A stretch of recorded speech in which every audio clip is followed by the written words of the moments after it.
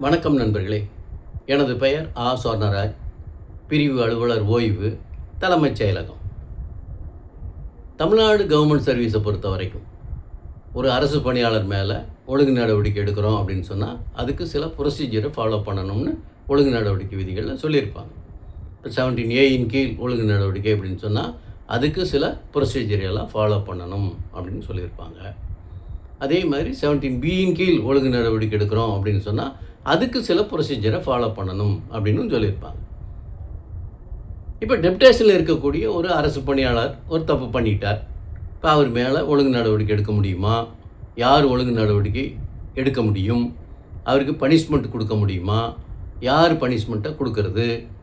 அந்த பனிஷ்மெண்ட் கொடுக்கறதுக்கு முன்னாடி ஏதாவது ப்ரொசீஜர் ஃபாலோ பண்ண வேண்டியிருக்கா? இதை பற்றி தான் அந்த வீடியோவில் பார்க்க போகிறோம். இப்போ ஒரு கவர்மெண்ட் டிபார்ட்மெண்ட்டில் ஒரு கவர்மெண்ட் சர்வெண்ட் வேலை பார்த்துட்ருக்காரு. அவர் டெப்டேஷன் பேசிஸில் வேறு ஒரு கவர்மெண்ட் டிபார்ட்மெண்ட்டில் போய் வேலை பார்க்க முடியும், அல்லது ஒரு அண்டர்டேக்கிங்கில் போய் வேலை பார்க்க முடியும், அல்லது ஒரு போர்டுலேயோ சொசைட்டிலேயோ டெப்டேஷன் பேசிஸில் போய் வேலை பார்க்க முடியும். அதுக்கான ப்ரொவிஷன்ஸ் வச்சுருக்கிறாங்க. இதுக்கு ஒரே ஒரு கண்டிஷன் தான் இருக்கும். என்னன்னு சொன்னால், அந்த டெப்டேஷன் போஸ்ட்டில் போய் வேலை பார்க்குறதுக்கான தகுதியை அந்த சம்மந்தப்பட்ட அரசு பணியாளர் பெற்றிருக்க வேண்டும். அவ்வளோதான். வேறு எந்த கண்டிஷனும் இருக்கிறதுக்கு வாய்ப்புகள் இருக்காது. இப்போ ஒரு கவர்மெண்ட் டிபார்ட்மெண்ட்டில் வேலை பார்த்துட்டு இருக்கக்கூடிய ஒரு அரசு பணியாளர் டெப்டேஷன் பேசிஸில் வேறு ஒரு கவர்மெண்ட் டிபார்ட்மெண்ட்லேயோ அண்டர்டேக்கிங்லேயோ போர்ட்லேயோ போய் வேலை பார்க்குறாரு அப்படின்னு சொன்னால், எந்த டிபார்ட்மெண்ட்லேருந்து போகிறாரோ அந்த டிபார்ட்மெண்ட்டை நம்ம பேரண்ட் டிபார்ட்மெண்ட்னு சொல்லுவோம். ஆனால் ஒழுங்கு நடவடிக்கை விதிகளில் வேறு வார்த்தை பிரயோகம் பண்ணியிருப்பாங்க. என்ன சொல்கிறாங்கன்னா, அந்த பேரண்ட் டிபார்ட்மெண்ட்டை லெண்டிங் அத்தாரிட்டி அப்படின்னு சொல்லியிருப்பாங்க. இப்போ எங்கே டெப்டேஷன் போஸ்ட்டில் போய் வேலை பார்க்குறோமோ அந்த அத்தாரிட்டியை பாரோயிங் அத்தாரிட்டி அப்படின்னு சொல்லியிருப்பாங்க. இப்போ ஒரு கவர்மெண்ட் சர்வெண்ட் டெப்டேஷன் பேசிஸில் போய் வேறு ஒரு டிபார்ட்மெண்ட்லேயோ அண்டர்டேக்கிங்லேயோ வேலை பார்த்துட்ருக்காரு. அந்த மாதிரி வேலை பார்த்துட்டு இருக்கும்போது அங்கே ஏதோ ஒரு தப்பு பண்ணிட்டார். இப்போ அவர் மேலே ஒழுங்கு நடவடிக்கை எடுக்கணும். இப்போ யார் ஒழுங்கு நடவடிக்கை எடுக்க முடியும்? அந்த பாரோயிங் அத்தாரிட்டியே எடுக்கலாமா, அல்லது லெண்டிங் அத்தாரிட்டி எடுக்கிறதா அப்படின்னா, அந்த பாரோயிங் அத்தாரிட்டியே ஒழுங்கு நடவடிக்கை எடுக்கலாம் அப்படின்னு ஒழுங்கு நடவடிக்கை விதிகளை சொல்கிறாங்க. சரி, இப்போ 17A கீழ் ஒழுங்கு நடவடிக்கையை எடுக்க முடியுமா, 17B கீழ் ஒழுங்கு நடவடிக்கை எடுக்க முடியுமா அப்படின்னா, அந்த பாரோயிங் அத்தாரிட்டி 17A கீழும் ஒழுங்கு நடவடிக்கை எடுக்க முடியும், 17B கீழும் ஒழுங்கு நடவடிக்கை எடுக்க முடியும். ரெண்டுக்குமே அவருக்கு அதிகாரம் இருக்குது. சரி, இப்போ ஒரு கவர்மெண்ட் சர்வெண்ட் டெப்டேஷன் பேசிஸில் வேலை பார்த்துட்ருக்காரு. அவர் ஏதோ தப்பு பண்ணிட்டாரு. அவர் மேலே அந்த பாரோயிங் அத்தாரிட்டி ஒழுங்கு நடவடிக்கை எடுக்கிறாரு. 17A கீழ் ஒழுங்கு நடவடிக்கை எடுத்துட்டார். இப்போ அவர்கிட்ட விளக்கம் கேட்டாச்சு, விளக்கம் வாங்கியாச்சு. இப்போ பனிஷ்மெண்ட்டை இம்போஸ் பண்ணணும். இப்போ 17A கீழ் ஒழுங்கு நடவடிக்கை அப்படிங்கிறதுனால மைனர் பனிஷ்மெண்ட்டு தான் இம்போஸ் பண்ணணும்.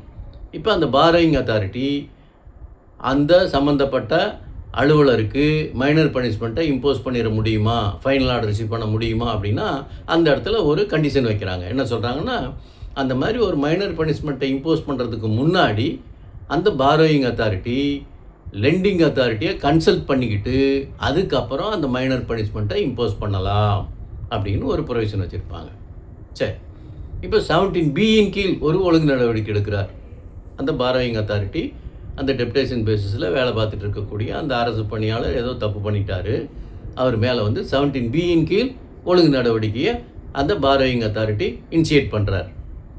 இப்போ சார்ஜ் ஃப்ரேம் பண்ணுறாரு, விளக்கம் வாங்குறாரு. அதுக்கப்புறம் என்கொயரி ஆஃபீஸரை அப்பாயின்ட் பண்ணுறாரு. என்கொயரி கண்டக்ட் பண்ணுறாங்க. என்கொயரி ரிப்போர்ட்டை வாங்கிக்கிறாங்க. அப்புறம் அந்த என்கொயரி ரிப்போர்ட் காப்பியை சம்மந்தப்பட்ட அலுவலருக்கு சார்வ் பண்ணுறாங்க. அவர்கிட்ட ஃபர்தர் ரெப்ரசன்டேஷனும் வாங்கியாச்சு. இப்போ ஃபைனல் ஆர்டர் இஷ்யூ பண்ணணும்.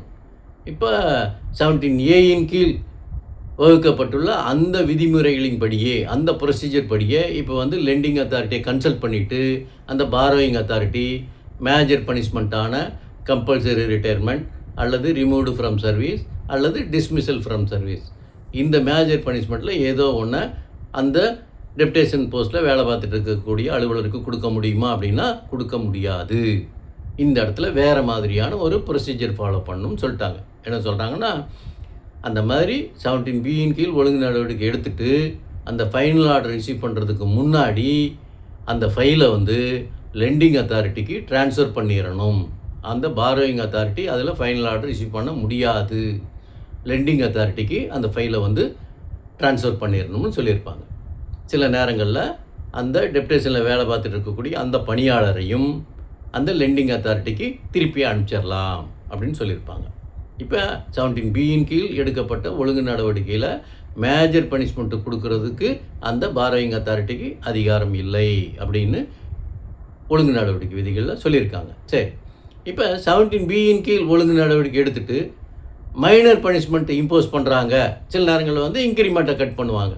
இப்போ அந்த மாதிரி சூழ்நிலையில் 17A கீழ் எடுக்கப்பட்ட ஒழுங்கு நடவடிக்கையாக கருதி அந்த லெண்டிங் அத்தாரிட்டி கன்சல்ட் பண்ணிவிட்டு அந்த இன்க்ரிமெண்ட் கட் அந்த மாதிரியான பனிஷ்மெண்ட்டை இம்போஸ் பண்ணலாம் அப்படின்னு தான் மறைமுகமாக நம்ம அதை பார்க்க வேண்டியிருக்கு. ஏன்னா மேஜர் பனிஷ்மெண்ட்டான compulsory retirement, removed from service அல்லது டிஸ்மிசல் ஃப்ரம் சர்வீஸ், இந்த மேஜர் பனிஷ்மெண்ட்டை இம்போஸ் பண்ணுறதுக்கு அந்த பாரோயிங் அத்தாரிட்டிக்கு அதிகாரம் இல்லை. அவர் வந்து அந்த ஃபைலை லெண்டிங் அத்தாரிட்டிக்கு திருப்பி அனுப்பிச்சிடணும் அப்படின்னு தான் சொல்லியிருக்கிறாங்க. இப்போ இது வந்து சில நேரங்களில் இந்த டெப்டேஷனில் போகிறவங்க மேலே அந்த பாரோயிங் அத்தாரிட்டியே பனிஷ்மெண்ட்டை இம்போஸ் பண்ணி ஆர்டர் இஷ்யூ பண்ணிடுறாங்க. அல்லது சில நேரங்களில் வந்து அந்த 17A கீழ் எடுக்கப்பட்ட ஒழுங்கு நடவடிக்கையாக இருந்தாலும் சரி, அந்த ஃபைனல் ஆர்டர் இஷ்யூ பண்ணுறதுக்கு முன்னாடி கன்சல்ட் பண்ணாமல் ஆர்டர் இஷ்யூ பண்ணிடுவாங்க. சில நேரங்களில் என்ன பண்ணுவாங்கன்னா 17A கீழ் ஒழுங்கு நடவடிக்கை எடுத்துகிட்டு ஃபைனல் ஆர்டர் இஷ்யூ பண்ணுறதுக்காக அந்த லெண்டிங் அத்தாரிட்டிக்கே ஃபைலை திருப்பி அனுப்பிச்சிடுவாங்க. இதில் ஒரு புரிதல் இல்லாத காரணத்தினால தான் இந்த மாதிரி ஒரு குழப்பம் அவங்களுக்கு வருது. அதனால் இந்த விதியை தெரிஞ்சுக்கிட்டாங்கன்னு சொன்னால் எந்த விதமான குழப்பமும் இல்லாமல் ஃபைனல் ஆர்டர் இஷ்யூ பண்ணலாம். இதை தெரிஞ்சுக்கணும் அப்படிங்கிறதுக்காக தான் இந்த வீடியோ. நன்றி, வணக்கம்.